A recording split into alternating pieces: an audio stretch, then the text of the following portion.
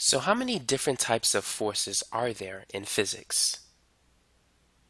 Now, I'm not going to go over all of them because there are some that we haven't discovered yet, but I'm going to go over the most common ones that are taught in a typical physics course.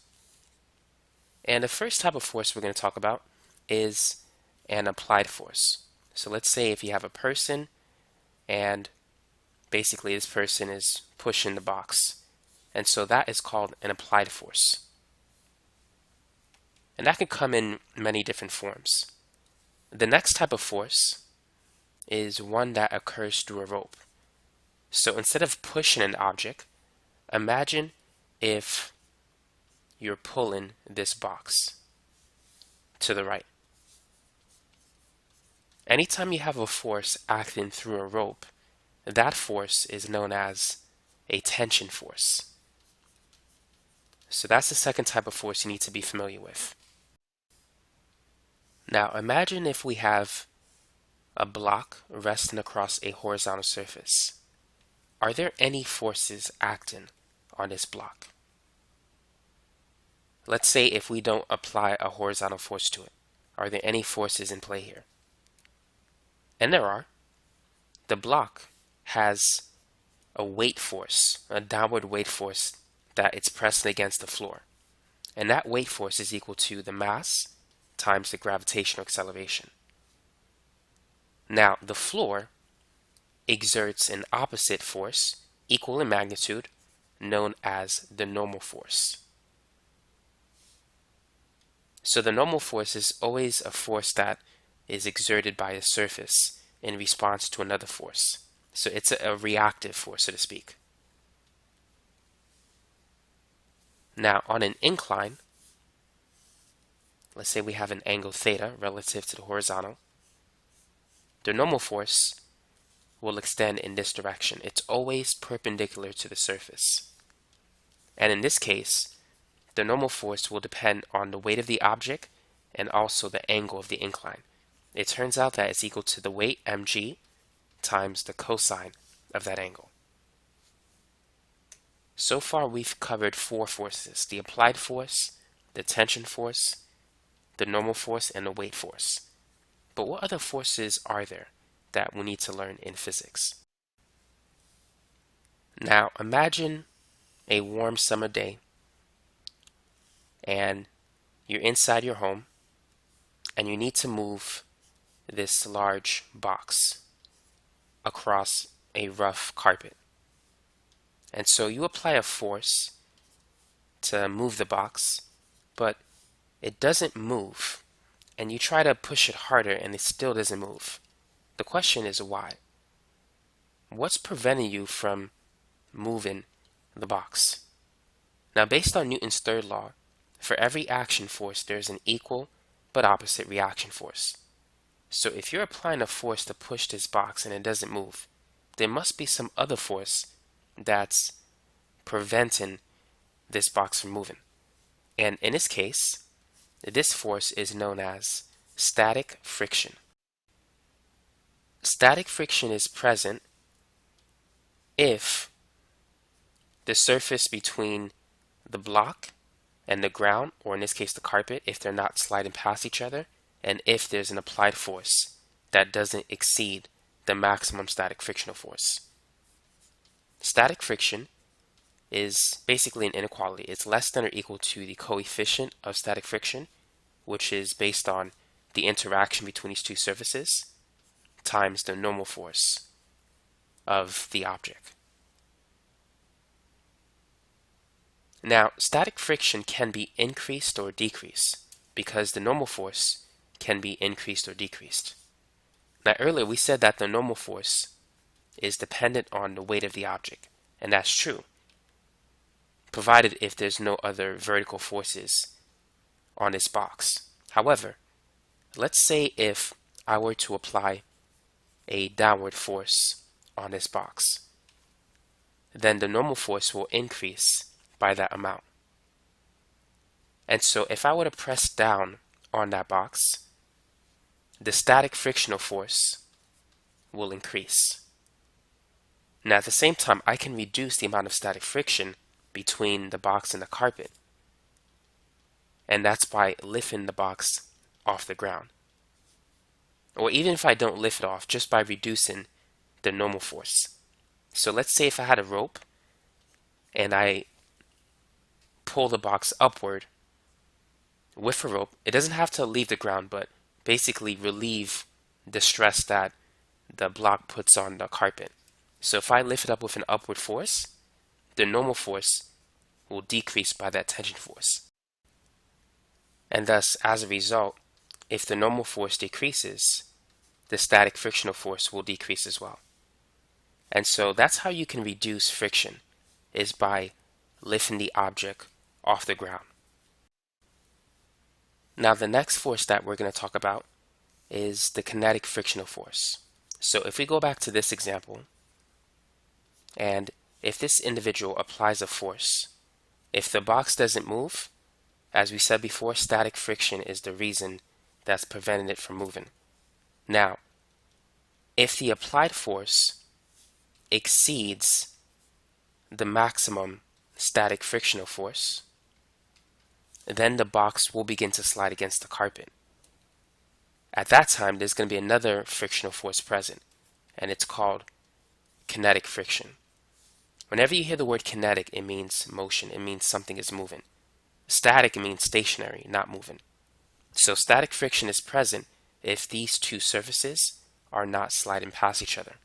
But if they are sliding past each other, kinetic friction is present. Now the formula for kinetic friction is very similar to static friction. It's equal to mu k, the coefficient of kinetic friction, times the normal force. Whereas static friction is an inequality. So static friction will equal the applied force until the applied force exceeds the maximum static frictional force.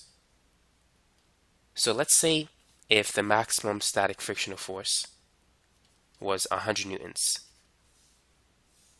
Let me put max. If the applied force is 50, the static frictional force will be 50. If the applied force is 80, the static frictional force will be 80. If it's 100, this will be 100. If the applied force is 120, then the box will begin to slide and you will no longer have static friction, but now you'll have kinetic friction, which is equal to a fixed value. So if you increase the applied force, this value will not change. It's not an inequality. It's equal to a fixed number. Now the next type of force that we're going to talk about has to do with springs. So if you have a spring, and let's say this is the natural length of the spring, if you apply a force to stretch the spring, you're going to feel a restoring force that wants to bring the spring back to equilibrium, to its original position. And so this is another type of force that is present. And this is associated with something called Hooke's law, which states that the restoring force is proportional to the spring constant, K, and X, where X is the difference between the original position and the new position. Now, K could be a value like 100 newtons per meter. So that's the spring constant. That means that it requires 100 newtons of force to stretch the spring by 1 meter or to compress it by 1 meter. So let's say this is the original spring, and let's say K is still 100 newtons per meter. And let's say I stretch the spring by 0.1 meters. So that is my X value. That is the difference in distance between the original point, where it's naturally located at, and the new point. So basically, X is the amount that I stretch or compress the spring from its natural length. Now, in order to do this, I need to apply a force that's equal to the restoring force, but opposite in direction. So the applied force will be K times X.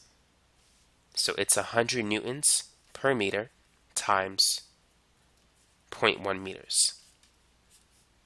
So basically, I need to apply a force of 10 newtons to get the job done.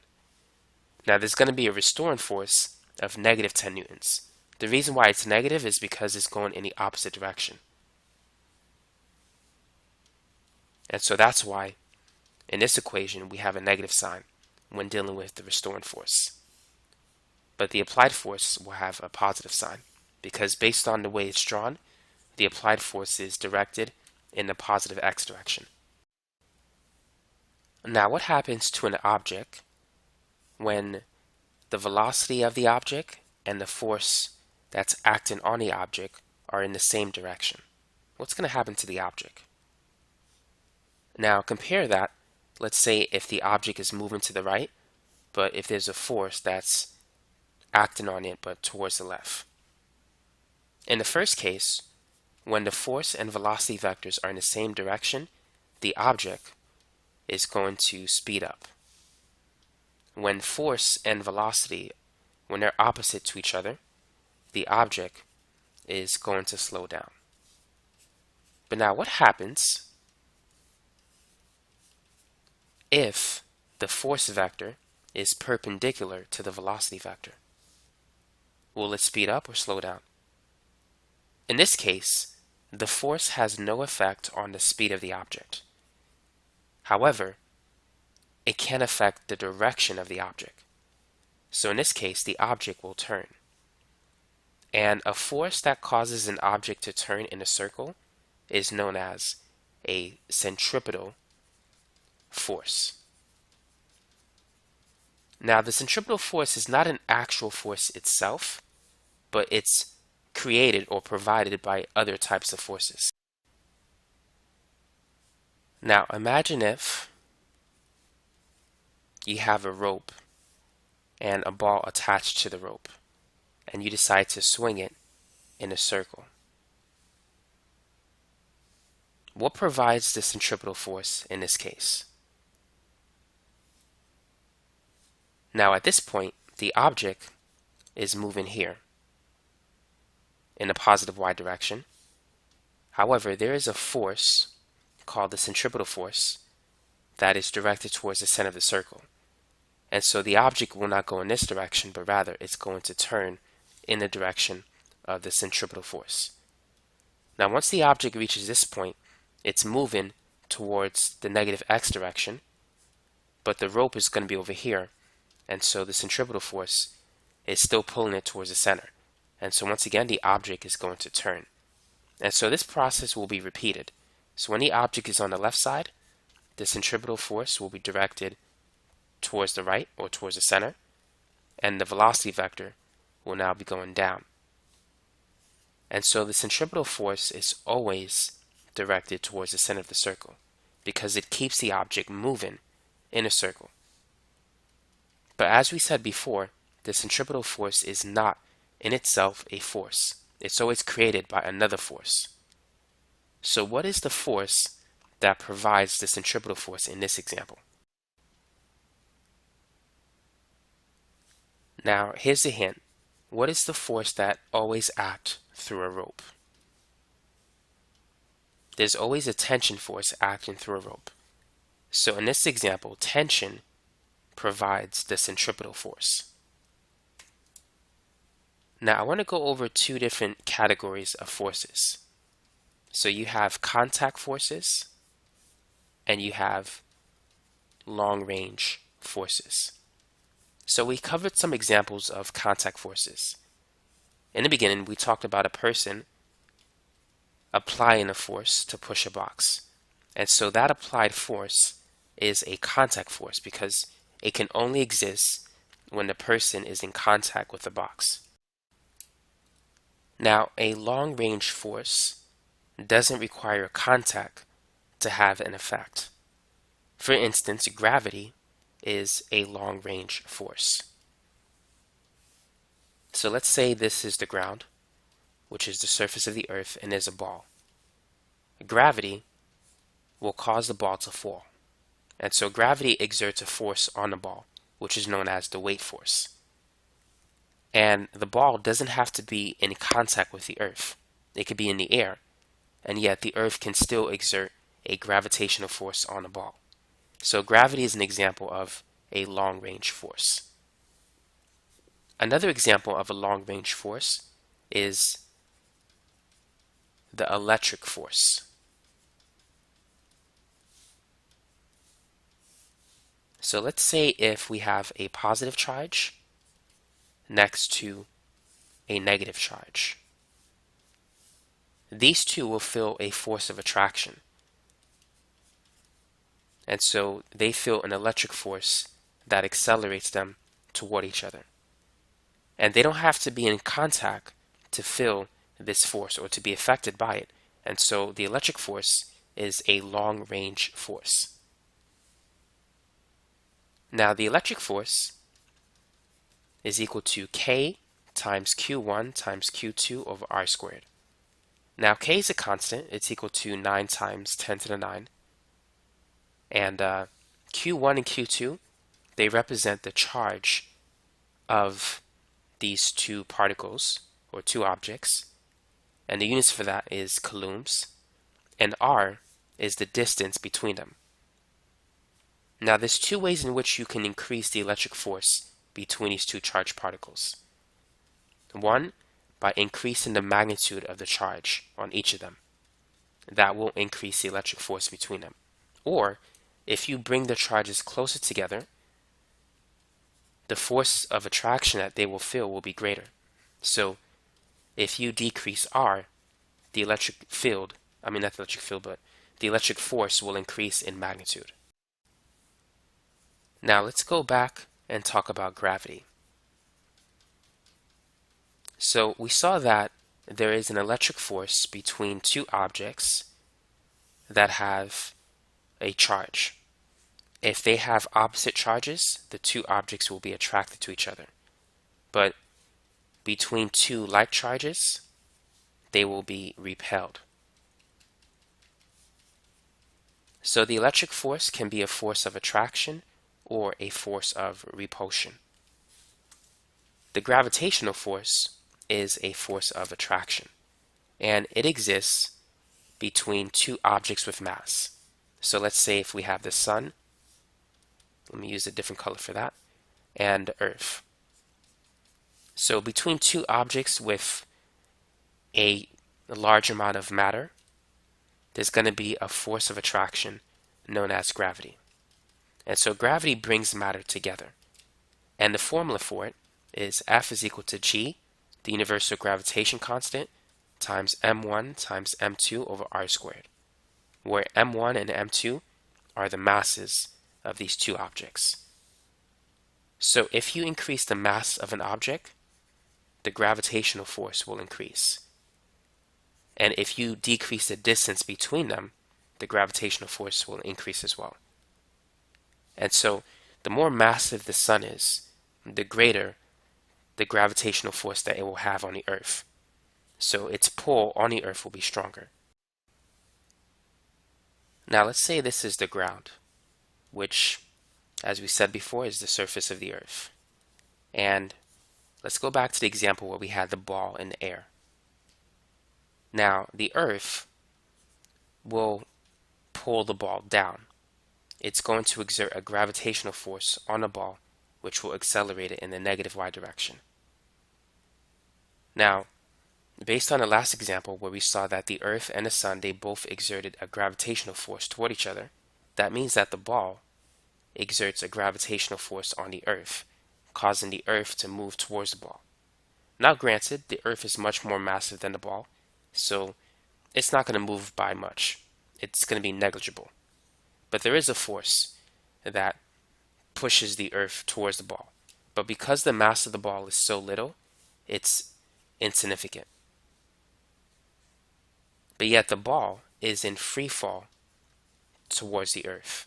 It's fallen in that direction. So if the ball is falling towards the earth, what about the moon? Can the same be said of that? Why doesn't the moon just fall to the earth? How does it remain in orbit? Because this ball If you put it in the air, it's just going to fall towards the earth. So let's draw another picture. So let's say this is the earth and this is the ball. So if we put the ball in outer space, it's simply going to drop to the earth. It's going to be in free fall. It's going to crash, and that's it. But the moon, if we put it here, it too is in free fall towards the earth, but it doesn't crash into the earth, which is a very good thing because that would be catastrophic. But why doesn't the moon not fall towards the earth like the ball? And the answer is velocity. The moon is moving in this direction at this instant in time. And as we saw in a previous example, whenever the force and velocity vectors are perpendicular, if they're 90 degrees apart from each other, the object is going to turn. And so the moon turns in a circular path. And that's how the moon can remain in orbit. It's due to the balance of the gravitational force and the velocity of the moon. Now, what other type of force do we have here? Because there exists a certain type of force anytime that force is pointing towards the center of a circle. If you recall, this is the centripetal force. Now, the centripetal force is always caused by another force. So in this particular example, between the Earth and the Moon, gravity provides the centripetal force for the Moon. Gravity keeps the Moon in orbit around the Earth. If gravity wasn't present, the Moon would fly off towards outer space. And if the Moon didn't have this velocity, it would free fall towards the Earth, crashing into it. So due to the balance of the Moon's speed and the gravity between the Earth and the Moon, it remains in orbit. Now, the next type of force that you'll hear about in a typical physics course is the magnetic force. Now, I'm sure you're familiar with magnetism. At some point in your life, you played with magnets, and you know that the north pole of one magnet is attracted to the south pole of another. And so these two magnets will feel a force of attraction. Likewise, if you have two bar magnets with the north pole facing each other, these two will feel a force of repulsion. And so that's one example of a magnetic force that you've seen. But in a typical physics course, you're going to see how magnetism relates to charges. And let's say we have a magnetic field represented by the symbol B, and it's directed into the page. So that's what that X means. In physics, if you see this symbol, that means that the magnetic field is coming out of the page. So in the three-dimensional system, we have the z-axis, the y-axis, and the x-axis. Now, into the page means that the magnetic field is going in the negative z direction.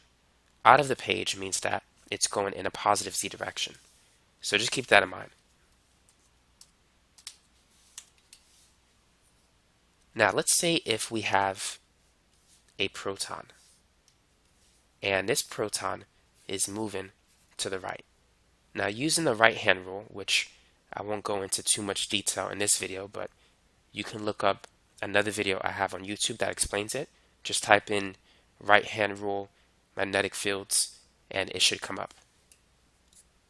So if we have a proton moving in a positive x direction and a magnetic field going into the page in a negative z direction, using the right-hand rule, the magnetic field will exert a magnetic force, Fb, in the positive y direction.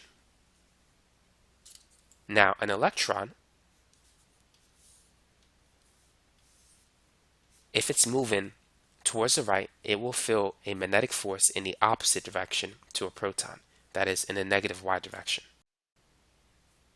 So what you need to understand is this. If you have a charged particle that is moving in a magnetic field, the magnetic field will exert a force, a magnetic force on that charged particle. If it's not moving, it will not exert a magnetic force. And the magnetic field, the velocity, and the magnetic force, they're all perpendicular to each other. One is in the x direction, the other is in the y, and the third one is in the z direction. So they always are perpendicular to each other. And you can create a magnetic field just by using a bar magnet. So let's say this is the North Pole and this is the South Pole. So the magnetic field extends out from the North Pole and it flows towards the South Pole. So if you have another magnet, this will also have its own magnetic field. So if we focus on the magnetic field between these two magnets in this region, the magnetic field emanating from the magnet on the left is going in the positive x direction, and the magnetic field entering the second magnet on the right is also going in the positive x direction, and so it has an additive effect. So the magnetic field in this region is very strong.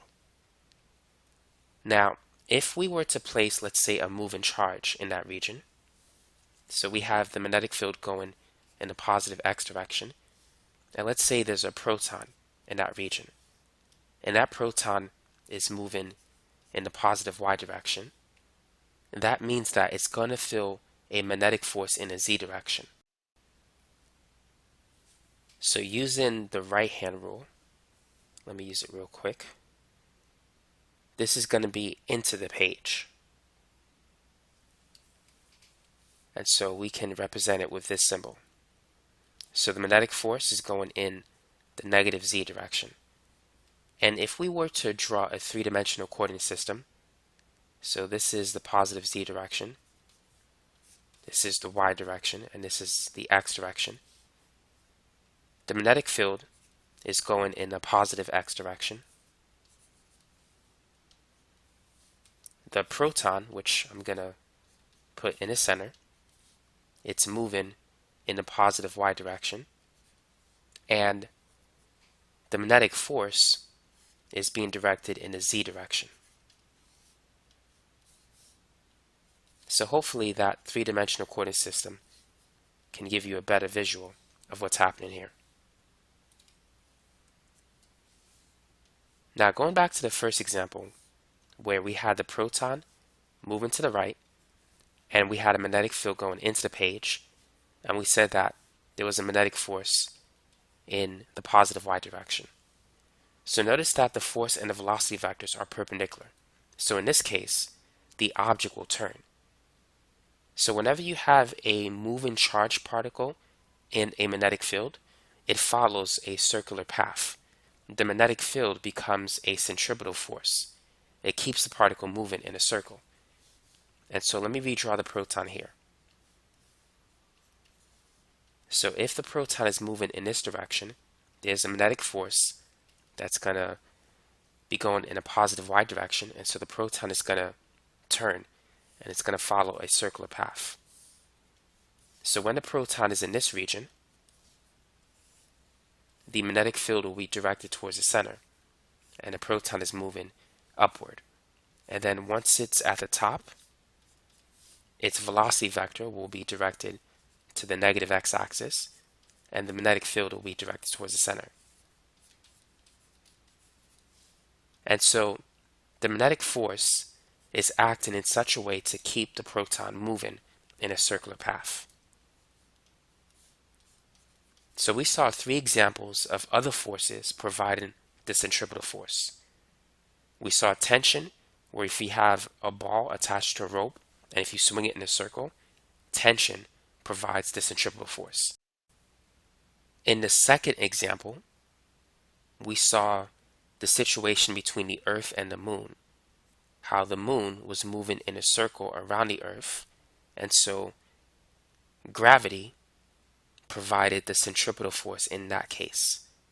And for this example, the magnetic force is keeping the proton moving in a circle, so the magnetic force provides the centripetal force. So make sure you understand that The centripetal force is not a force in itself, but it's generated by another force. It's any type of force that can keep an object moving in a circle. So that's basically it for this video. And for those of you who haven't done so already, feel free to subscribe to this channel and don't forget to click on the notification bell. In addition, if you want more practice problems or just concepts on physics, check out my new physics video playlist. So you can look at the channel, but I'm just going to post the link in the description section so you can just find it quickly that way. So feel free to take a look at that when you get a chance. Thanks for watching.